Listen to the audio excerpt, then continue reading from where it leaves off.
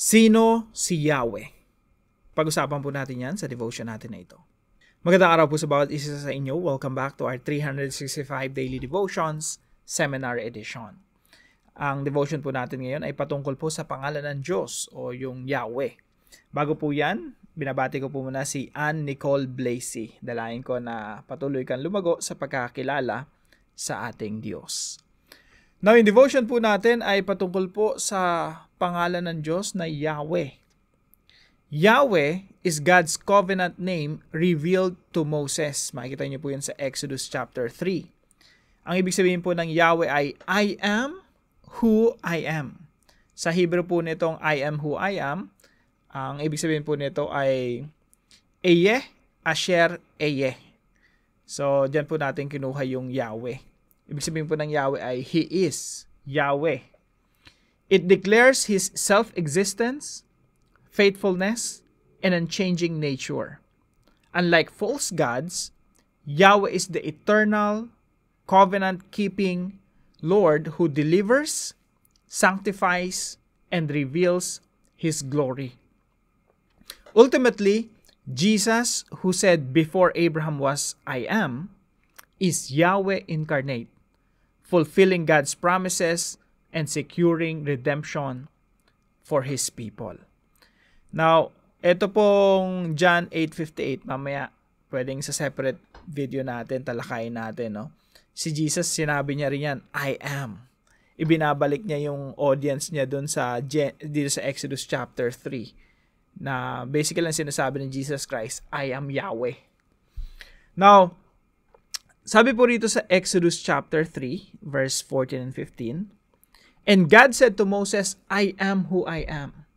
Na para po mas ma-appreciate natin, yung bayan po kasi ng Israel during this time, alipin po sa bayan ng Ehipto. Si Moses po, during this time, tumakas siya from Egypt.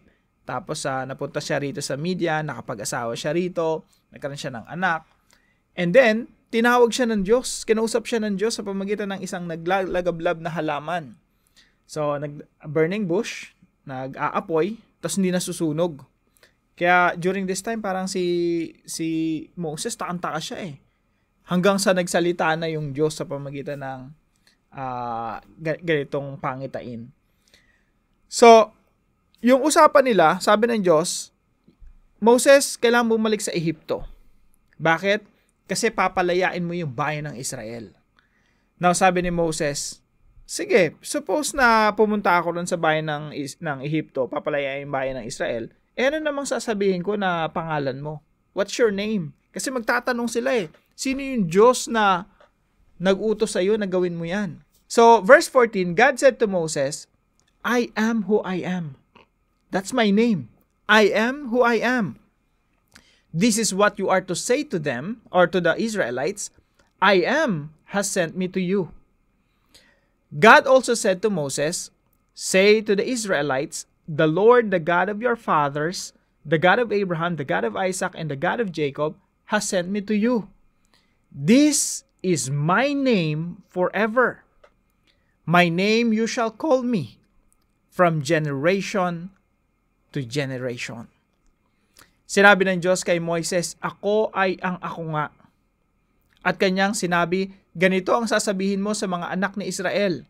Sinugo ako sa inyo ni ako nga. Sinabi pa ng Diyos kay Moises, ganito ang sasabihin mo sa mga anak ni Israel.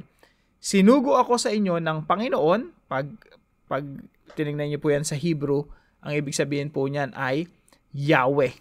Ang Diyos ni Abraham, ang Diyos ni Isaac, at ang Diyos ni Jacob. Ito ang aking pangalan magpakailanman, at ito ang itatawag sa akin ng lahat ng mga lahi. Now, ito po yung una nating katuruan ngayong araw. Yahweh is self-existent, eternal God. So, isipin niyo po, no? Ako, pag tinanong niyo ako, what's your name? Sasabihin ko, my name is Russell. Okay? So, lahat tayo may mga pangalan. Sasabihin natin yung pangalan natin. Ito parang may pagka-pilosopo eh. Parang nung tinanong ni Moses si God, what's your name? Who are you? Sabi ng Diyos, I am who I am. Ako ay si ako nga. Parang, what's going on? Ano nangyayari dito? Ako nga, hindi ko rin maarok eh. Ba't ganun yung sagot ng Diyos? Ito nga ba talaga yung pangalan ng Diyos? Bakit niya sinabing, I am who I am? Now, sinasabi po ng mga Bible scholars, mga theologians, na yun yung sagot ng Diyos kasi He is self-existent and eternal God. Kasi yung Diyos ay pangwalang hanggan, no? Self-existent. Ibig sabihin, hindi siya nakadepende sa kahit kanino. Walang lumikha sa Diyos at dahil walang lumikha sa Diyos, He is independent, self-existent. He is not dependent to anyone. So He is self-existent. I am. I exist. Yun po yung ibig sabihin nun eh. He is. He exists. Naririyan siya na hindi dependent sa kahit kanino. He is the all-powerful God, the mighty God. And all else depends on Him.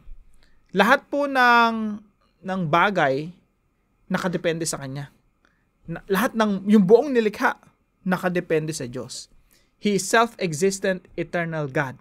So, pangalawa po, Yahweh is God's personal covenant name. Napakalaga po nito kasi po, pag nagbabasa tayo ng Bible, kapag may nabasa kayo na letter L-O-R-D na capital, kagaya po nito, pakita ko po sa inyo sa verse 15, God also said to Moses, say to the Israelites, the Lord. Kapag may nakita kayong the Lord, ang ibig sabihin po niyan sa Hebrew ay Yahweh. Hindi po kasi na nila binibigkas yung salitang Yahweh. Kasi yun yung tinatawag nilang tetragrammaton na bawal mong bigkasin yung pangalan ng Diyos. Kasi yung ating labi ay makasalanan na sambitin mo lang yung pangalan ng Diyos, parang sinasabi na hindi ka karapat-dapat. No? Ganun nila ginagalang yung pangalan ni Yahweh. Kaya walang nakakaalam kung anong pronunciation ng salitang Yahweh o yung pangalan ng Diyos. Pag nakikita niyo po itong Lord, L-O-R-D na capital, ibig sabihin po yan Yahweh, ito po ay lagi may kinalaman sa covenant. Kaya po, God's personal covenant name. Kumbaga yun yung preference ng Diyos kapag pinag-uusapan yung covenant. Ano po ibig sabihin nun? Yung covenant po kasi ay kasunduan. Basically, sinasabi ng Diyos dun sa kanyang bayan, ako yung si Yahweh na nakipagkasundo sa inyo. Faithful ako sa inyo. Tapat ako sa inyo. Bakit kayo laging unfaithful? Bakit kayo laging tumatalikod sa akin? Parang tayo lang rin, no? Lagi tayong tumatalikod sa Diyos, lagi natin pinipili yung kasalanan, lagi nating kumbaga hindi tayo nagiging tapat sa Diyos all the time. Now, ang Diyos laging tapat sa kanyang covenant o sa kanyang relasyon sa atin. Yun po yung preference ng Diyos pag sinasabi niyang Yahweh, no? My name is Yahweh. I'm always faithful. Lagi akong tapat. Yung kasunduan ko sa inyo, hindi ko yung bibiguin. Lahat ng mga pangako ko sa inyo, tutuparin ko. Yan po yung Yahweh, yung salitang Yahweh, laging associated yun doon. Laging karugtong yun ang Diyos ay tumutupad sa kanyang pangako. Kaya po yung point number 3 natin, Yahweh is the God who keeps His promises. Yahweh is our covenant-keeping God or promise-keeping God. Pag may sinabi si Yahweh, tutuparin niya. Si Yahweh po, He is trustworthy and true. Ibig sabihin, pwede mong sandigan yung kanyang mga sasabihin. Yung kanyang mga pangako, pwede mo talagang panghawakan. Kaya po madalas nating tinuturo dito sa mga devotions natin, no? Pag nagbabasa ka ng Bible, may nakita kang mga principles and promises dyan, talaga angkinin mo yan bilang pangako at prinsipyo ng Diyos na isasabuhay mo talaga.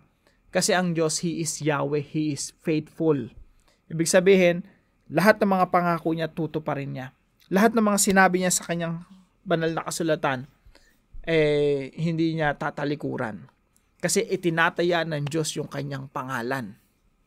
Parang sa atin po, no, sinasabi natin, pex man, mamatay man. Pag may sinabi tayo na totoong-totoo sa atin, sasabi natin, pex man, mamatay man. Minsan, sinasangkalan natin yung buhay natin dun sa sinabi natin. Yung Diyos po, pag sinabi niyang Yahweh, binanggit niya yung pangalan niya, I am Yahweh. Ibig sabihin, sinasangkalan ng Diyos yung pangalan niya.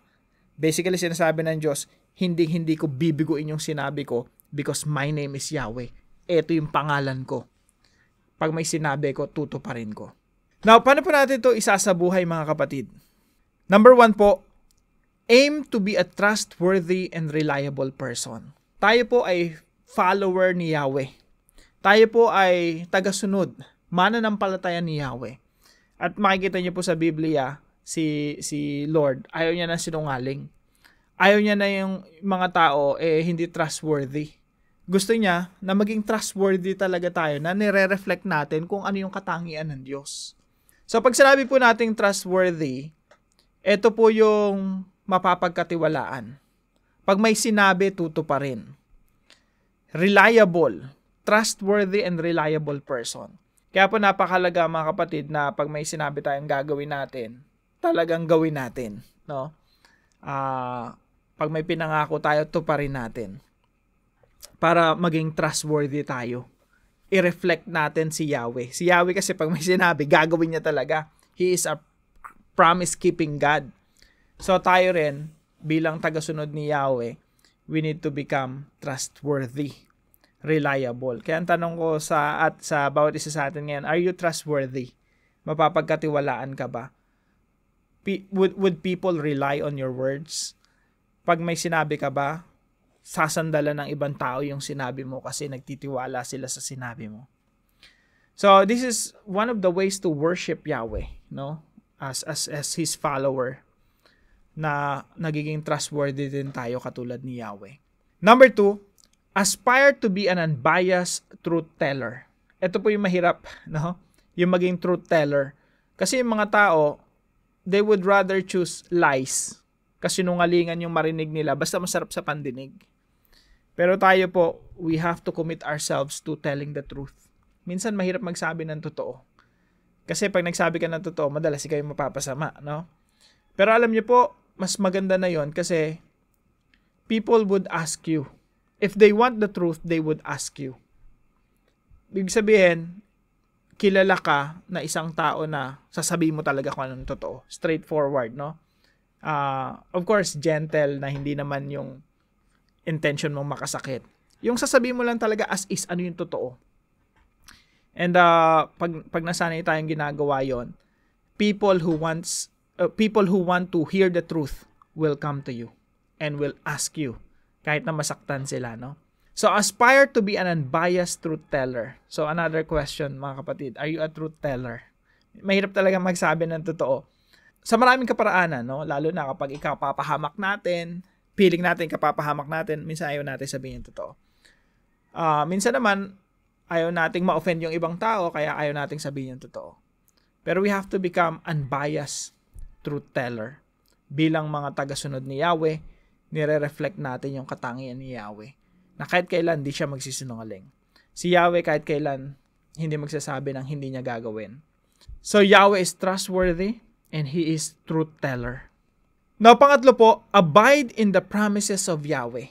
Pag sinabi po nating abide, manatili, or kumapit sa mga pangako ng Diyos, sa mga pangako ni Yahweh. Abide in the promises of Yahweh. Kaya po, mga kapatid, hinikayat ko po kayo, no, na basahin natin yung Bible ng buo. Basahin natin mga principles ni Yahweh. Basahin natin kung ano yung sinasabi ni Lord sa kanyang banal na kasulatan. At panghawakan natin, isabuhay natin. Diyan tayo tatatag bilang mga Kristiyano. So una, we have to have knowledge of God. Knowledge of His principles, knowledge of truth. And then pangalawa po, kailangan nating panghawakan talaga. Abide, manatili sa mga pangako ni Yahweh. Yan po yung magpapatibay sa atin bilang mga tagasunod ng Diyos. So abide in the promises of Yahweh at kailanman hindi ka bibiguin ng Diyos. Sapagkat wala siyang ipinangako, wala siyang sinabi, walang prinsipyo sa Biblia na babaloktutin ni Yahweh, babaloktutin ng Diyos o tatalikuran niya. Now, para po sa ating discussion, how can you improve yourself to become a better truth teller? Tayo po'y manalangin. Yahweh Elohim, the great I am. I worship you as the eternal, unchanging, and faithful Lord. Thank you for revealing yourself to your people, for redeeming us by your mighty hand, and for keeping every promise through Christ. Help me to acknowledge your holiness, adore your power, and affirm your promises in every season of life. Teach me to rest in your covenant love and to live faithfully under your name. I trust your word and promises. In Jesus, who is Yahweh incarnate, I pray. Amen and amen. Maraming salamat po kay Sir Dennis and Elsie sa inyong suporta po dito sa ating gawain. Patuloy po kayong pagpalain ng ating Panginoon.